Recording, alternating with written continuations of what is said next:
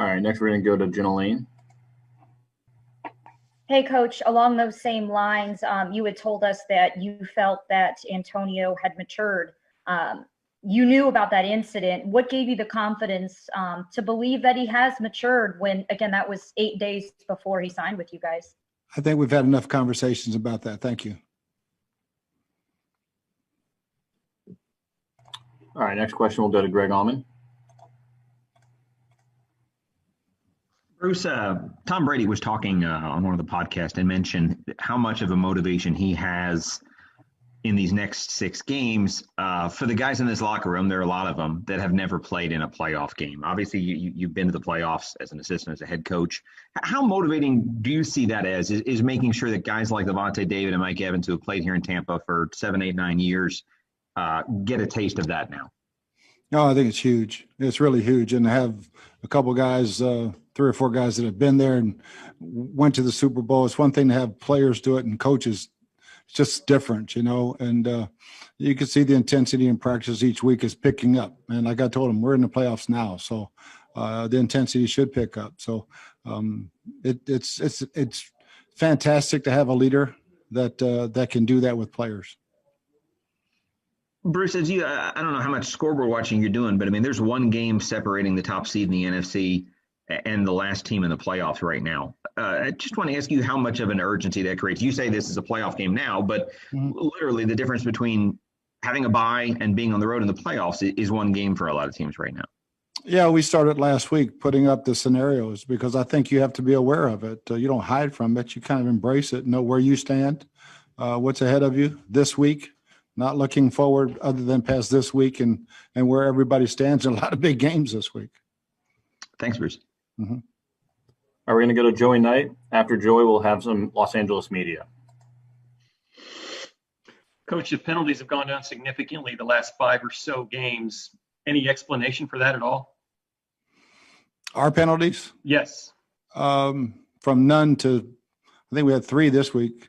So, I wouldn't consider that a big jump. I mean, it's not like we've had a major jump back to where we were before. So I'm okay with that.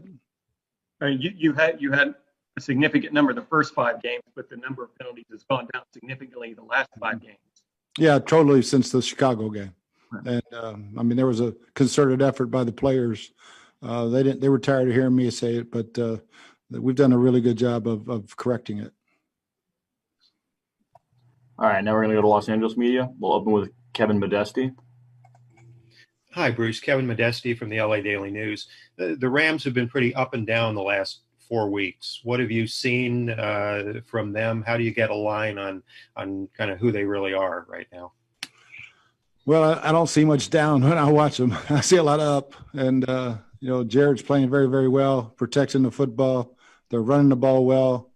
Their play-action game is outstanding. Defensively, I mean, that might be the best second-half defense in the league right now. So kick game, Hecker's one of the best. So I don't see any weaknesses in their game. So, yeah, to me, it's all up. That was a big game for them last week. What does it say when a team does what the defense has been doing in the second half?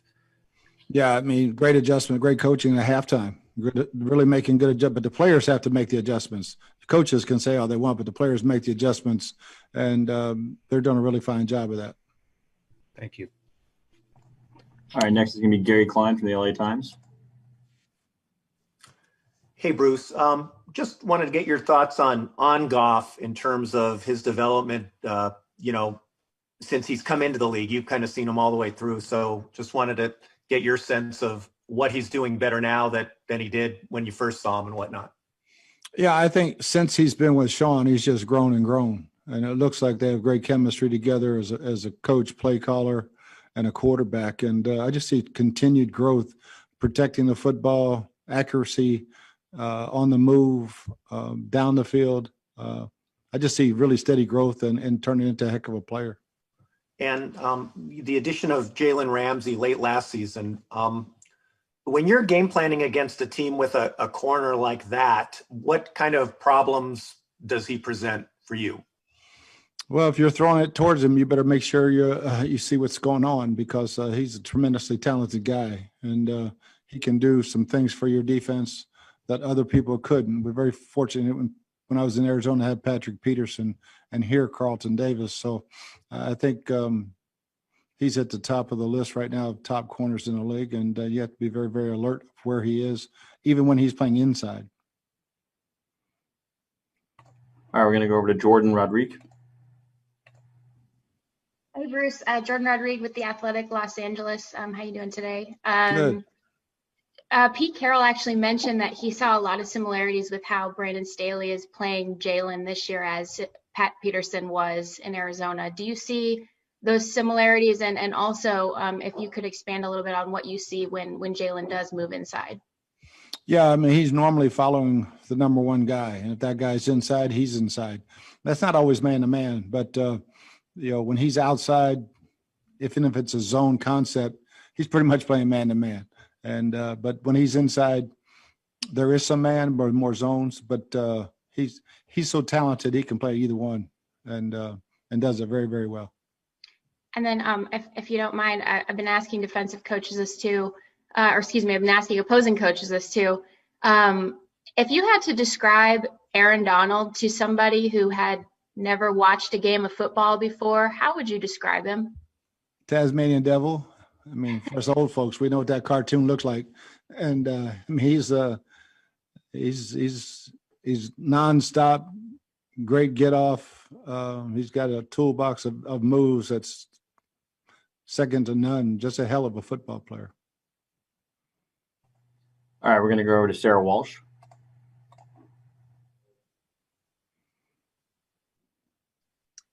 Hey, Coach. Can you just talk about the challenges? I know the Rams aren't the only ones that do it, but the challenges of when you have a run game that's so evenly split the way that they've been doing it. Yeah, they do a great job with a lot of motion, but they've got three backs really that are just fresh all the time, and they're different, but they're also very similar. The style of what they do with each one's pretty much the same, and they've added some more power game, some more gap scheme stuff this year that makes them a little bit harder to defend. All right, we'll go to Steve Isbitz. Coach, earlier this week, you talked about Sean Murphy-Bunting having a really, really strong game against Carolina. Can you talk about what you specifically saw, and you think that's enough to have him back as a starter in his original role this season? I think he's working it towards that. A lot of confidence. Just see a lot more confidence in him. And he got his swagger back. I don't know why he lost it there for a couple of games, but he got his swagger back. And I wouldn't have any problem with him starting for sure. And but Jamel's playing pretty solid too. So we're very fortunate to have three guys. Thanks. Mm-hmm. All right, we'll go over to Kevin O'Donnell. Hey, Bruce. All teams are going into the intensive protocol this weekend on Saturday. You're one of four teams that haven't had to go through that yet this season. What extra moves have you guys made to kind of avoid that? And how do you feel that these new rules are going to impact just your preparation for a game? We actually started today, and we're very, very fortunate to have the facility and the weather that we can meet outside. And so we have built classrooms outside, and hopefully the rain will hold off. But with our indoor facility, and it's been pretty much easy for us as far as the meetings and stuff. We would not have to do anything virtually. We can always be in our building at our facility, either indoors or outdoors. So you don't think this will have a great impact just on preparation throughout the rest of the season? For us, no. I think it does. If you're virtual, it makes a huge difference.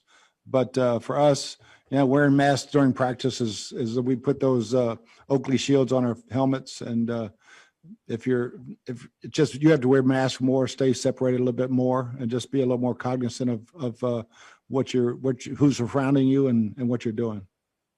Thank you. You bet. All right, we're going to close out with a question from Rick Stroud and one from Greg. Hey, Bruce, along those lines, and no one's going to feel sorry for players or coaches, right, in the NFL, but we're nearing the holidays. A lot of guys do things for charity that has been changed, including yourself. But they also may not have family, right? Because they're displaced, and sometimes family comes in. So just how unwieldy is this? Just part of the deal, obviously, but how difficult is it maybe for some of your players that, it's going to be a different kind of holiday? Yeah, it's a huge sacrifice. Thank God. I mean, we're able, if we do have family coming in, that we will be able to test them here at the facility and before they go home with the guys. And we have great owners who allow us to do that all season. So if you have mom, dad, or aunt or uncles coming to the ball game, bring them over, get them tested. And then a lot of times it's like stay in a hotel, see you after the ball game, or if you don't get tested, I won't see you at all. But it's just so different, and it's a huge sacrifice, especially during the holidays. But to not be able to have your mom and dad come to a ball game, it's really hard on some guys. Thanks. You bet. All right, we'll close out with one from Greg Allman. Hey, Bruce, it's rare that I can ask you a question about officiating without you wanting to decline comment or get fined. But Monday's game will be a significant one as the first one in NFL history where the officiating crew is comprised entirely of Black officials. I know you've been very active and supportive of diversity in your hiring and all across the league. So I just want to ask you what that means to you, if it's a significant thing for you on Monday. Way too long coming. Just really, really. I know a lot of those guys, and they're great officials. I mean, Jerome Bolgers, we've had that crew twice this year, he and Barry Anderson, and they're great officials. I think